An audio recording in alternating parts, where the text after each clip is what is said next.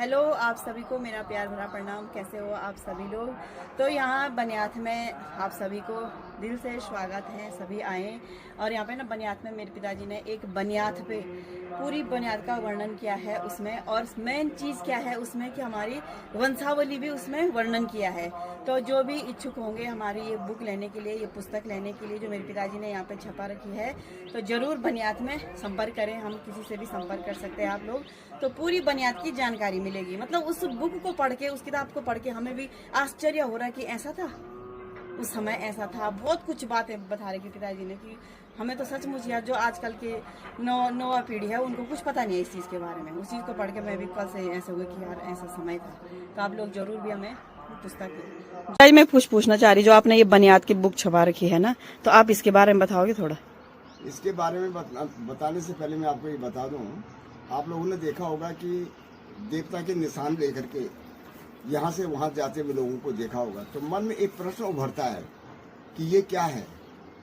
जैसे लोग इसको जो है कई नामों से जानते हैं, जैसे जात।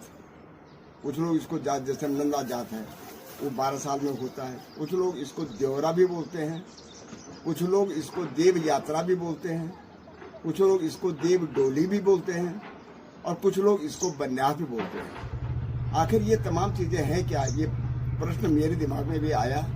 और आज से पहले 1993 में मैंने, आज से लगभग 33 साल पहले एक पुस्तक, इसी पुस्तक को लिखा था। उसका नाम था बन्यास दर्शन भाग 1।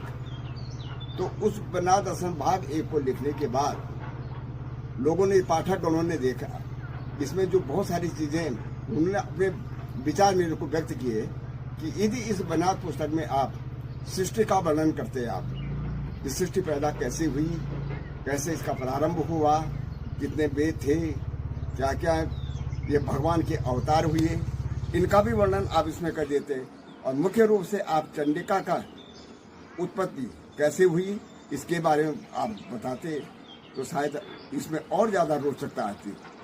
तो हमेशा पाठकों की प्रेरणा से ही जो है लेखक आगे बढ़ता है, प्रेरणा लेता है, और उससे आदमी अपनी भावनाओं को जागृत करने का एक मौका मिलता है।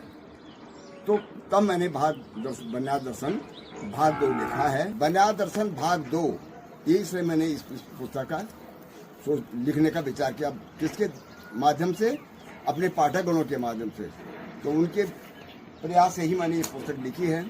इस पुस्तक में मैंने, जैसे बन्यात में बन्यात का अर्थ क्या होता है, बहुत लोगों ने इसका बन्यात का अर्थ कुछ और दिया, मैंने अपना अर्थ इसमें लगाया है।